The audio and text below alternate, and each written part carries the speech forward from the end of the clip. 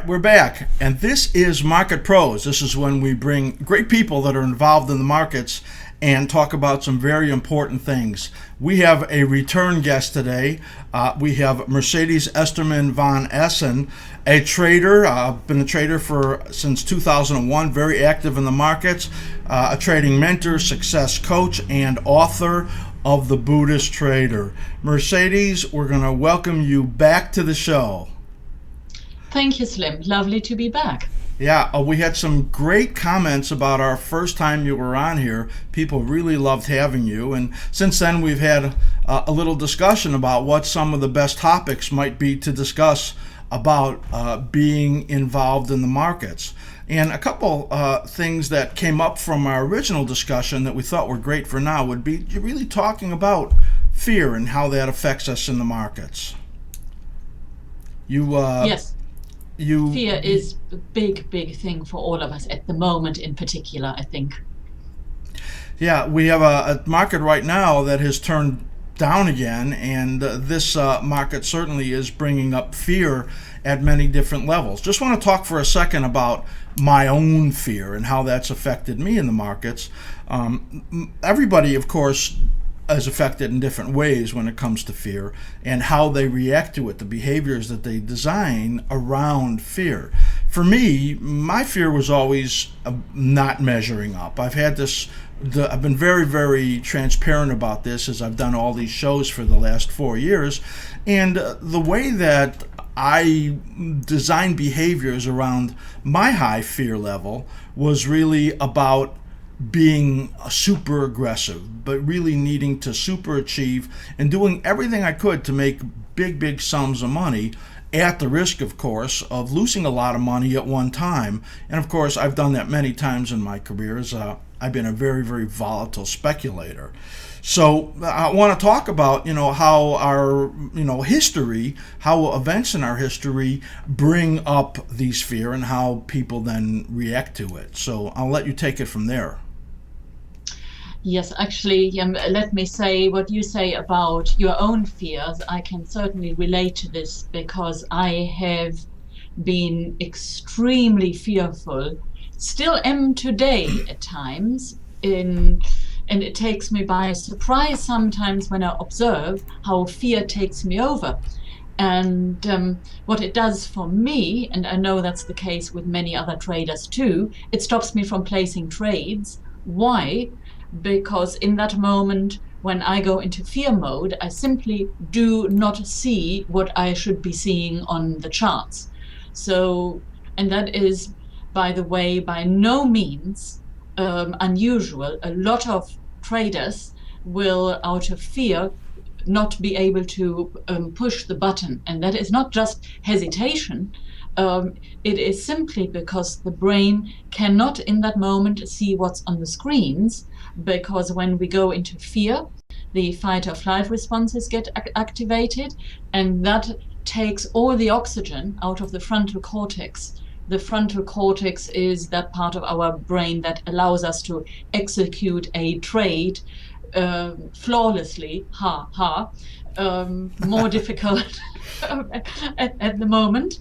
And it literally can freeze you in space and time. You end up very similar to the old rabbit looking into the spotlight. What I call that when I'm talking to traders is essentially emotional flooding. It's just so much is going on in our brain and so much emotion that we essentially can't see anymore. We're turning off all ability to visualize and forget about our intuitive processes.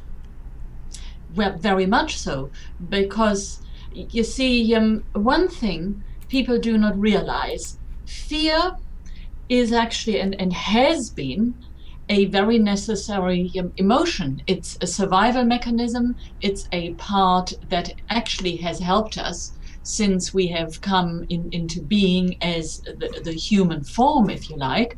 It has helped us to survive to this day, because we have been living in a big cycle where the dominant means of existence was survival. And survival has become our dominant operating modus operandi. However, now we are entering into a very, very different cycle, which has had its official origins in 2012. Well, really, it goes back further than that, but we won't go into that right now. Suffice it to say that we are now in a cycle of self-actualization. Many of us don't know how to deal with that, let alone know what it means, because we are still being held back by the old, deeply, deeply embedded fear-driven mechanisms, which are basically about our survival. And that old survival cycle is interfering, or appears to be interfering, with that new cycle, that cycle of self-activation that is coming in.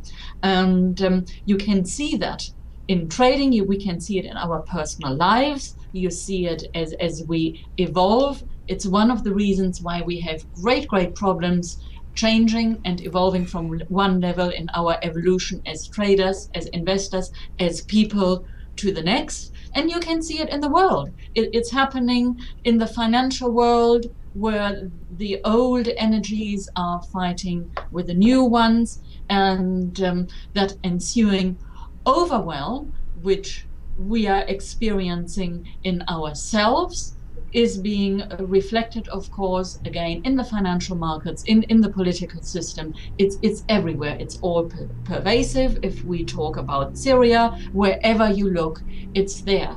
And we are at a point where we cannot deny it anymore. It's there. We can't say, let's put on our rose-tinted glasses and do something nice. You bring up the subject about historical events and fear. When fear comes in, and you were really talking about going all the way back to the instinctive reactions of the primitive man, it's also, our own things that we've learned, events that have happened in our own life, like just, how our parents react to us when we did something wrong and there was a consequence. So we reacted, we develop a behavior around that, and that behavior comes forth in our adult life and contaminates many aspects, especially trading. I did a special in my member section that I think I'll do a little self-promoting here for a second. 16 signs that fear is contaminating your trading. It's a great piece for people to see if they want to become a member in the site. So you made a point just a second ago about fear in the whole world of everything that's going on. We have the markets moving down significantly. And let's talk about a very, very important point that you brought up to me, and that is distinguishing the difference between this collective fear that we're seeing in the markets here and this reaction, and our own fears that come up. And the benefit of knowing the difference between that and the signs that we might look for. Yeah, and you just mentioned an important point in this respect, because you see, we have these learned conditions from our parents, who in turn have learned things from their parents. And so we are back into that old, deeply embedded behavior that is driven from a survival, a need to survive. So every time we get into these fears, which are massive, they are in the morphogenetic field out there, our own stuff gets triggered. Now, the mind has got a funny way of thinking that everything it reacts to, is reacting to, it's personal. It is its own history as a human being, and therefore there is something wrong with us, and it needs clearing, it needs sorting, which further drives the mind into complete overwhelm. So in actual fact, when we become aware of this, and this is why it is so important to understand the nature of evolution, where fear really originates from versus our very own fear, because it's something very different. So if we learn to decouple from the collective, and if we learn to decouple from our history and literally see ourselves like, shall we say, a satellite that is floating in space in infinite possibilities in quantum language, then we can at least get a sense that allows us to set a reference point in the mind that there is nothing out there. If there is nothing out there, we cannot connect to the fear. And actually, in one of my guided meditations, there are some meditations that do exactly that, create that reference point where you are free from all this. And the more you practice that, it doesn't take long, just a few minutes, you over time develop a sensitivity to the energies out there versus to the energies which are inherited from your parents, and then your very own fear energies. And you will actually find that what you personally have in terms of real fear is very, very little. You will find that by and large, you are just reacting to the conditioned stuff. As you said, your parents taught you certain things, and it's all in there, been going on for generations, and that is the stuff that needs clearing. And how do we clear it? By learning techniques that make us aware of what is going on inside us. Before you go into the techniques, what I want to do is talk about get a little clarity around what you just said, in case anybody's saying, wow, that was some deep stuff. What I'm hearing you say is that it's really important for a person to be able to distinguish and separate them from that which is going on around them and where they get wrapped up in that collective fear versus that which is real for them and where they may be actually disconnecting from realities of healthy self-identification and really getting stuck in all of this other stuff that's going around them. Is that right? Absolutely. The reason we identify with something is because we are immersed in it. And anything that is illusory, delusory, which appears real to the mind, is due to immersion. There is no separation, in other words, between us and the so-called reality out there. In development terms, there is a thing, it's called Oceanic Oneness. And that refers to when the newborn baby comes into this world, it has no concept of between you and I, the world outside of it, and itself. It has no concept of there is a hand, a finger, an eye, or whatever. And that only develops over time. And by the way, that is all explained in detail in the Buddhist Trader. So the same is true for the evolution of consciousness. So whilst we are in immersion and believing in the illusion of fear, believing that it is real, we are still in the state of oceanic oneness in terms of consciousness. So let's talk about the different techniques that are possible for us to do to separate ourselves out from this collectiveness into a higher level of self-awareness so that we can connect to the greatness of who we are, and rather than focusing on the fears which are really blown up from a reality from a different time in our life. So what are your techniques to make that shift? First of all, there is guided meditation, and I place great emphasis on guided meditation, not just any meditation per se, because that can lead to all sorts of other problems if you allow the mind in a theta state, that is a deeper state of awareness, to wander around freely. That's an entirely different discussion. So guided meditation that helps you to become aware at a deeper level of how you react to things. When you go into these deeper states of learning, you are side passing judgment and conditioning, and that allows you to see, if only momentarily, how these things originate. And in that moment, you are creating separation from yourself versus what has been impregnated into you from the outside. Another technique is a technique called EFT, Emotional Freedom Technique. It's also in my book, The Buddhist Trader, and also in the Stop Procrastinating program, where we are addressing our common core fears. And all traders have got common triggers.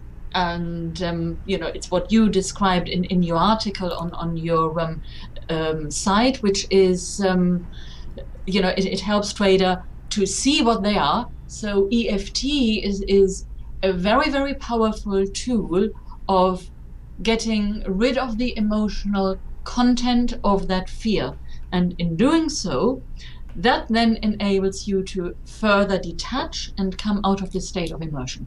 Could you just say a little bit more about EFT, where somebody would go to learn some of that and what it actually does? Well, actually, EFT is a process whereby you speak out loud you acknowledge a problem you have. Then, whilst acknowledging it, you are tapping on a few main meridian points. And then, as you tap on the meridian points, you give yourself permission to set yourself free from the emotion and see it from a different aspect. And you keep tapping, and whilst you keep tapping, it clears the blocked meridians. And in doing so, it opens you up to new insights. And one of the insights clearly always is that the stuff we have, it's an illusion. Every time we have a intensity of negative emotion, it is always an incorrect thinking behind it, and EFT allows that to clear up. I think there is actually on my YouTube channel,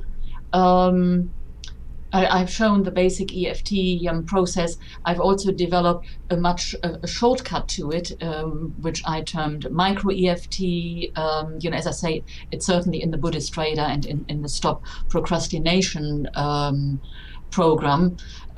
Maybe I ought to do another video or something, or a blog on how it works, because it's really, if people can be bothered to do it, it's very, very, very effective and very easy to do. I'm smiling as you say that, because I'm realizing more and more as we have discussions how we come from very, very different areas of learning, and there's so much crossover to what we do, because I essentially have in some of the workshops that I've done, we have a process that's about dealing with certain emotions, fear and shame. And what the process is about speaking things out loud so that we can realize that we give them extraordinary weight. That which should have the weight of just a pebble has 100 pounds of weight as we lug it around. And the more we get it out in the open and speak it out in the open, we realize that, we give it, there's a reason we give it too much weight, because we think it saves us, but truth is it really hurts us. Yes, and at some point, when you overemphasize it, it almost becomes ridiculous. Yeah. And I've done a similar process. I've done it in seminars, actually. And at the end of the day, and certainly by the second day, people would sort of, over a glass of wine or so, start doing these processes with each other, and it became really utterly hilarious. And that is so freeing, and so, it's illuminating, and also really, really sets you free. It is. What's really cool about it, and when I've done this process, I've seen similar things, is that all of a sudden people are shocked that when they expose these things about themselves out in midair, that nobody's running away from them. Nobody's judging them so harshly, and they thought that they would. Yes. Oh, yes, absolutely. Yeah. Yeah, it's great stuff, great stuff. I want to move on here before we run out of time and ask you about the ways to do these guided visualizations, resources for that, because people are wondering, okay, guided visualization, somebody's talking to me, but where do I get that? How do I listen to those, and the right ones, so that I'll be able to work through my fears or other things? Well, I've developed, and here, a lot of self-promotion going on here.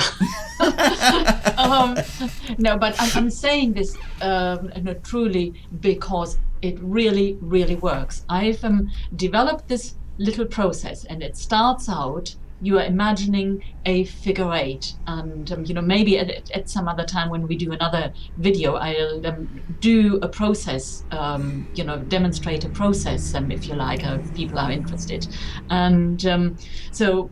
What the process does, of course, the figure eight is the figure of infinity.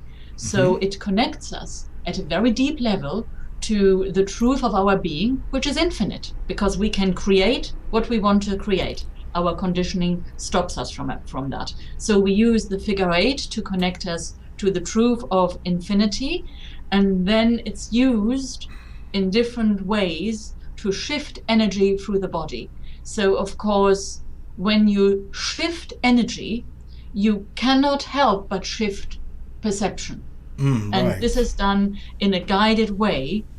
The reason I say a guided way, because the untrained mind, if it goes into meditation, can go into all sorts of areas which may not be good. And it can bring out fear, it can bring out incredible mental overwhelm that can make people ill, and that is something. Now, there's a lot of people out there that love meditation that are going to say to themselves, well, no, I do it all the time. Yeah. I mean, meditation is a great tool, but you need to gradually learn how to do it and learn how to direct your mind and how to direct energy in order for it to be efficient and bring positive results. Right. And one of the important things about meditation is to allow everything in and allow everything to pass so that you don't start to take on emotional reactions to what you're doing in the meditation. Yeah. But you see, that is the thing, the passing bit. That is where people have problems with, allowing everything in. Hey, we all can do that. It's no big deal. Right. We are doing it every time we go into fear and into overwhelm when we are sitting in front of our screens. So I want to do a little quick summary of what we've talked about here. We talked about, the conditions of the markets and how that comes into our own fear levels and being able to distinguish those differences. Talked about some techniques about getting a deeper sense of that self-knowledge of how that works on for us, how to clear some of that old stuff through some guided meditations and through EFT, and also talked about the fact that you and I have done some similar processes that in different ways have really focused on the same things. So before we wrap up, anything else to share? Anything else going on for you that will benefit the traders right now? Yeah, I mean, I would say we are right now at an energy window. Mercury has just gone retrograde. It highlights everything that needs working on. It's a very, very good time, while it may feel a little uncomfortable because the energy is slowing down, and that brings things to our awareness and often stuff we do not want to see. So from a cosmic, astrological and astronomical perspective, there is a lot going on here at the moment. So use that to do a little bit of inner work, because it will stand you in good stead in times to come.